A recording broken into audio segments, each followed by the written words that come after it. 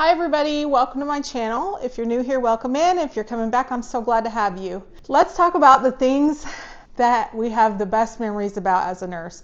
What are some good memories that you have as a nurse, whether that be with a coworker, whether that be with a group of people that you don't work with anymore, whether that be some patient memories.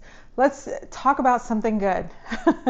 I would love to hear more about it in the comments. And if you like what you see here, then I ask that you like, subscribe, and follow for more. And if you think it'll help somebody, then share. Absolutely share. Let's talk about things, good memories. I'm going to share some of my things that have made nursing bearable over the years, things that I remember with joy and delight. I worked in long-term care for many years, and so I have lots of good stories that I can't always share, but I can share basics and generalizations, I think. And I just want to say before I go any further that everything that I say here is just my opinion. Take what resonates with you and leave what doesn't, as the psychics say, and nothing that I say here replaces the advice of an MD. So let's get into it. When I was a baby nurse, I worked on night shift when I started out in my career as a nurse, and I worked with a nurse who had been a nurse for many, many, many years, and she was a phenomenal trainer. And she was the nurse that worked on the Medicare hall, and I worked in the long-term side because I was an LPN when I started, and she was the RN at night. So her name was Etta, and she was hilarious. But let's talk about some things that made work great. I had come back from a patient's room, and Etta said to me, Stacy, you shouldn't put chocolate, you shouldn't put any food on your med cart. It is not a sanitary place for you to leave food. And I was astounded. I had no idea what she was talking about. And I will tell you that it was BM. It was shaped in a square. Someone, a resident, likely took the time. I know it was a resident. She had made lots of little chocolate drops and put them around the facility. She put a chocolate on my my nurse's cart in the shape of a square. And it wasn't chocolate, y'all. It was a BM. And that was quite an initiation into long-term care, and I can't forget that to this day. But Etta was great. She had the biggest laugh about that.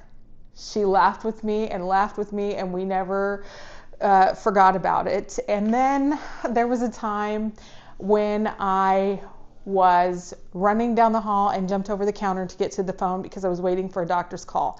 How many times have you been waiting for a doctor's call? You'll sit by the desk and wait just for a little bit, and then you get down the hall. But if you don't get to that phone in time, you may not get to talk to the doctor again. You have got to answer the phone when the doctor gets that.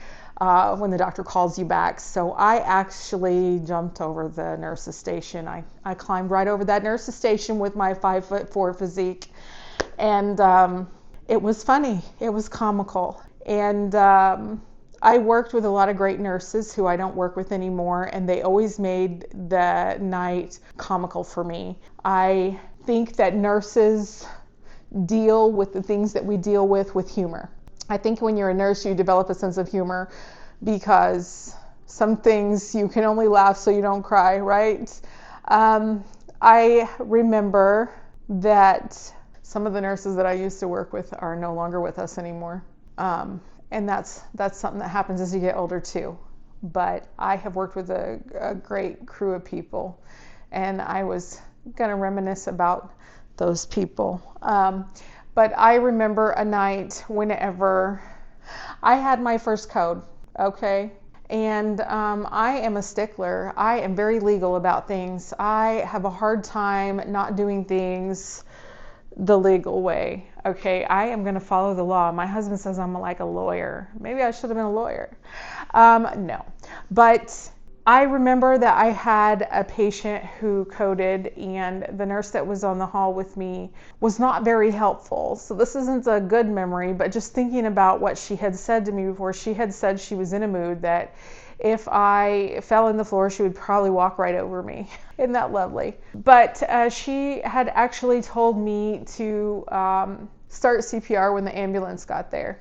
Thankfully, the good part of this is I had CNAs who were quick acting. They dropped the head of the bed. They got the backboard under the patient, and we were able to start CPR. And we did it until the ambulance got there and took over. So the protocol was followed to the letter, but to have somebody tell me that because a person is 100, I shouldn't do CPR until the ambulance gets there is ludicrous. Do CPR, y'all. Do CPR. Don't let anybody's bad attitude stop you from doing the right thing. Some other things that I remember is patients. I have patients who I remember who are no longer in this world with us. I had this man who we called Papa.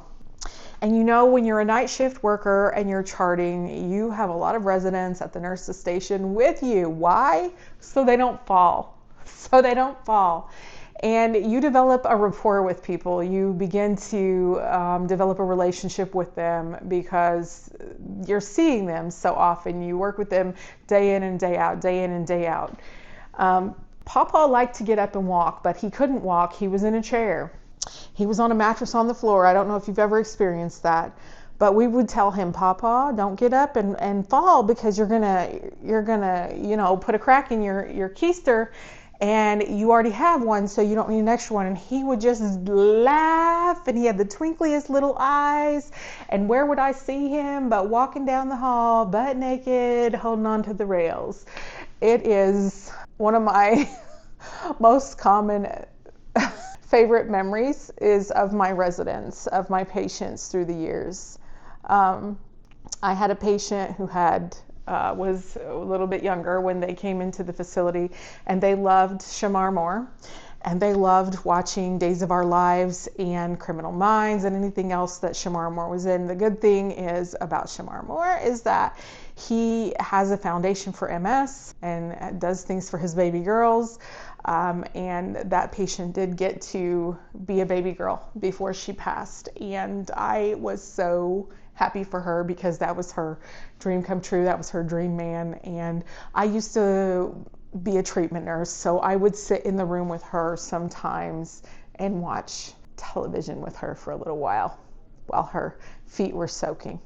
And I would take that time to sit with her. I think everybody loved her, and I will always remember her. Can't say her name, but she did get to be a baby girl, and she did get to live out her dream about Shamar Moore, giving her a shout out. So she was one of those people that I came in to see on holidays when I was off work. I would bring her a piece of pumpkin pie or something and feed it to her.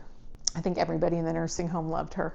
We all just loved her. She was really a character, and I will never forget her. In talking about other things, other patients that I remember, we had a lady that slept during the day and was awake with us at night, and you could feed her like 20 cookies. She loved cookies, and if you were feeding her and she was eating cookies, she was happy, and she was not diabetic, so she could eat all the cookies she wanted to eat. And I'll tell you what, that is going to be my dream come true when I get to be an elderly lady. I have learned a great deal from other nurses who I've worked with. I have been supported by those nurses. I've worked with some great teams. And I think that the teams that you work with are the things that build you into the nurse you need to be. This little firecracker nurse I used to work with, she was a little bitty ball of energy, amazing nurse, still an amazing nurse to this day. Loved working with her. She could just run circles around everybody.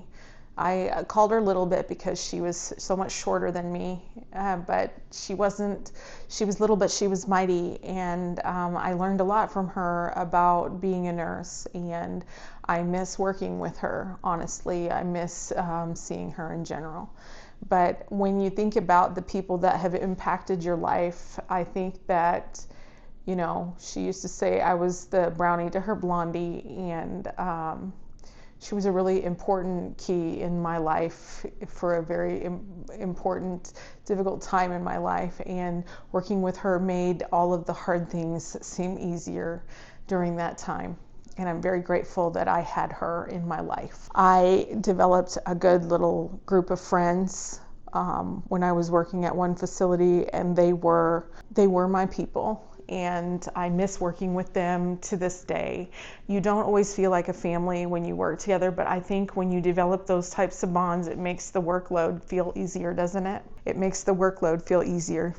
Another favorite memory that I have is that I would do treatments, and I was pregnant with my son, and there was this man that was really gruff, but he really wasn't mean. He was just gruff, and he would say the funniest things to me, and he would always tell me, you know, you need to be at home. You need to be at home, sitting down, taking care of that baby. And I would tell him, but if I was at home, I couldn't come and see you. You know, I was big and pregnant, doing treatments, getting down in the floor with a big pregnant belly, and he was like the delight of my day. And I had a patient who spoke to me in sign language, and I did learn how to ask her if she was in pain and how to meet her basic needs. That comes back to those language cultural barriers. It's really important that you speak to someone in their language, and that includes sign language. And I did learn enough sign language to ask her if she was in pain and if she needed medication and how her day was and those sorts of things.